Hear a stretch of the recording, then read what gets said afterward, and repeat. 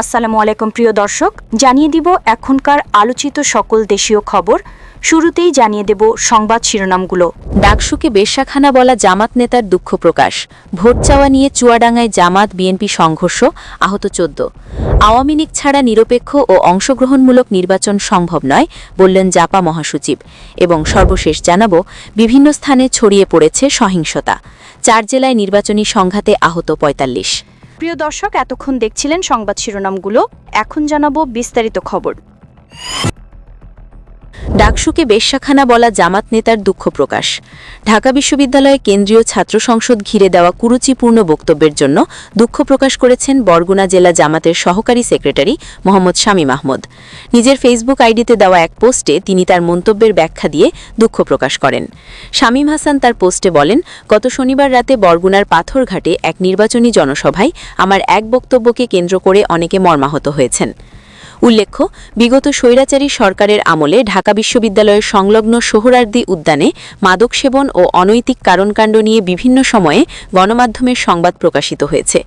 উদাহরণস্বরূপ 25শে ডিসেম্বর 2021 তারিখে জাগ নিউজ 24-এর দিনে মাদকসেবীদের আড্ডা, রাতে যৌনকর্মীদের দখলে সোহরাওয়ার্দী উদ্যান শিরোনামে একটি প্রতিবেদন প্রকাশিত হয়।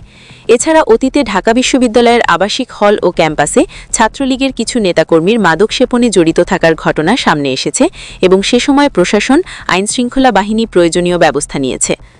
তিনি বলেন, ডাকসু ও বিশ্ববিদ্যালয় প্রশাসনের ধারাবাহিক উদ্যোগে বর্তমানে এসব অপরাধ কর্মকাণ্ড উল্লেখযোগ্যভাবে কমে এসেছে বলে আমরা পত্রপত্রিকায় দেখেছি।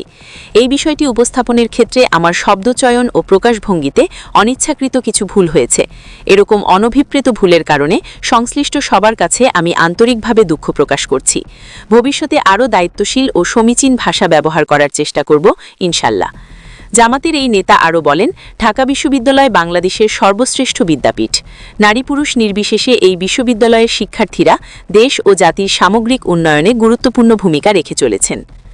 ভোট চাওয়া নিয়ে চুয়াডাঙ্গায় জামায়াত বিএনপি সংঘর্ষ, আহত 14। চুয়াডাঙ্গার আলমডাঙ্গা উপজেলার যোগীর হুদায় ভোট চাওয়াকে কেন্দ্র করে বিএনপি ও জামায়াত ইসলামী সমর্থকদের মধ্যে সংঘর্ষের ঘটনা ঘটে। এতে উভয় পক্ষের অন্তত 14 জন আহত হয়ে হাসপাতালে ভর্তি হয়েছেন। উপজেলা খাদিমপুর ইউনিয়নের যোগীর হুদা গ্রামে এই ঘটনা ঘটে।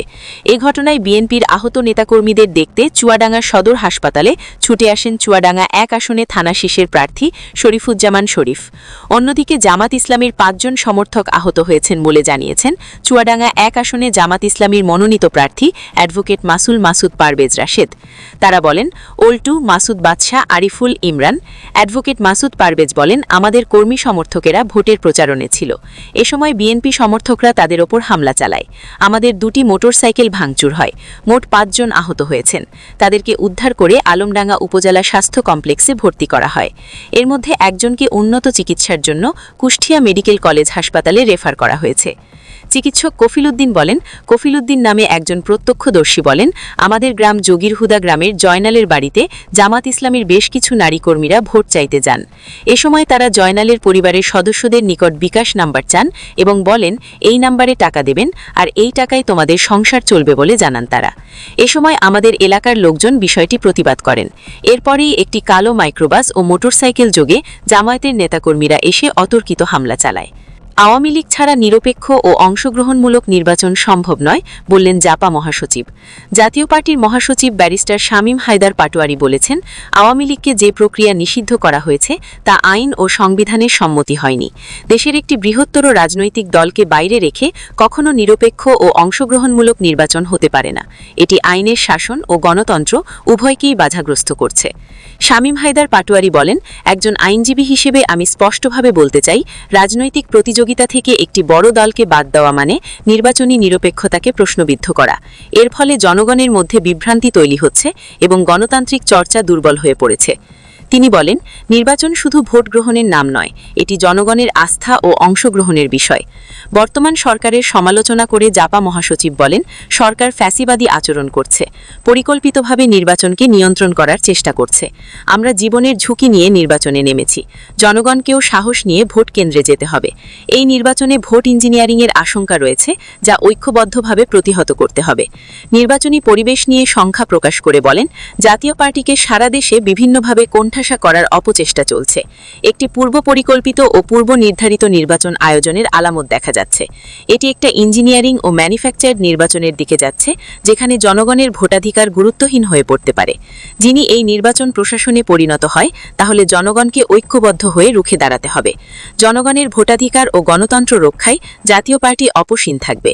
দেশের সুশাসন ও গণতন্ত্র প্রতিষ্ঠায় জাতীয় পার্টিকে দিয়ে নির্বাচিত করতে হবে। বিভিন্ন স্থানে ছড়িয়ে পড়েছে সহিংসতা। 4 জেলায় নির্বাচনী সংঘাতে আহত 45। নির্বাচন প্রচারে উত্তাপ বাড়ার সঙ্গে সঙ্গে দেশের বিভিন্ন স্থানে সহিংসতার ঘটনা ছড়িয়ে পড়েছে। লালমনিরহাটের হাতীবান্ধা, ময়মনসিংহের ভালুকা, যশোর ও চুয়াডাঙ্গায় বিএনপি, জামাত ও স্বতন্ত্র প্রার্থীর কর্মী সমর্থকদের মধ্যে সংঘর্ষ, হামলায় ৪৫ জন আহত হয়েছেন। এ সময় নির্বাচন অফিস ও কয়েকটি মোটরসাইকেল ভাঙচুর, অগ্নিসংযোগ ও মহাসড়ক অবরোধ করা হয়েছে।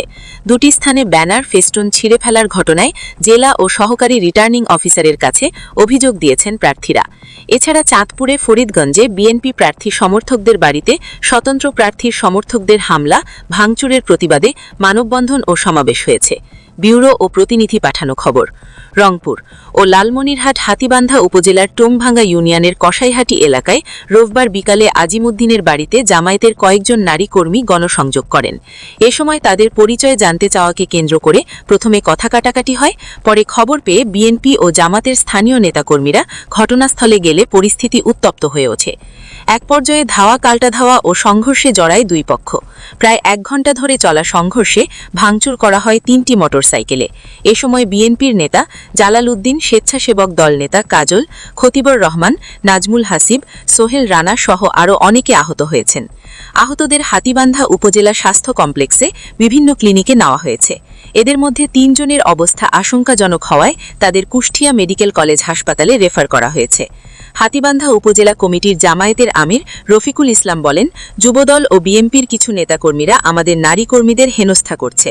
যুবদলের হাতীবন্ধ উপজেলা কমিটির সদস্য সচিব রেজাউল করিম বলেন, আমাদের প্রার্থীদের পক্ষে গণসংযোগের সময় শিবিরের কয়েকজন বাধা দেয়।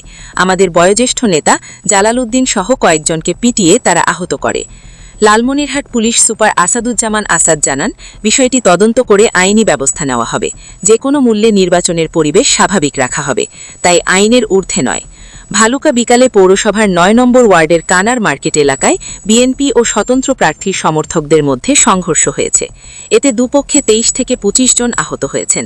এর জের ধরে সন্ধ্যায় প্রার্থীর লোকজন উপজেলা বিএনপি অফিসে ভাঙচুর ও কয়েকটি মোটরসাইকেল ভাঙচুর করে। পরে থানের শেষের লোকজন এসে পৌর বিএনপি সদস্য সচিব ব্যক্তিগত অফিসে অগ্নিসংযোগ করে।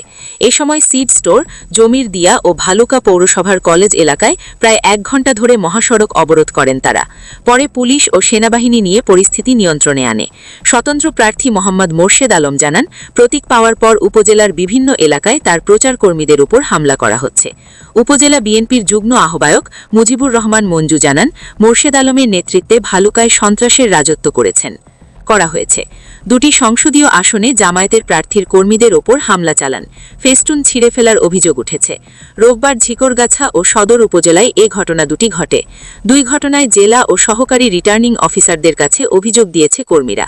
তদন্ত করে জড়িতদের বিরুদ্ধে ব্যবস্থা নেওয়ার আশ্বাস দিয়েছেন রিটার্নিং অফিসার।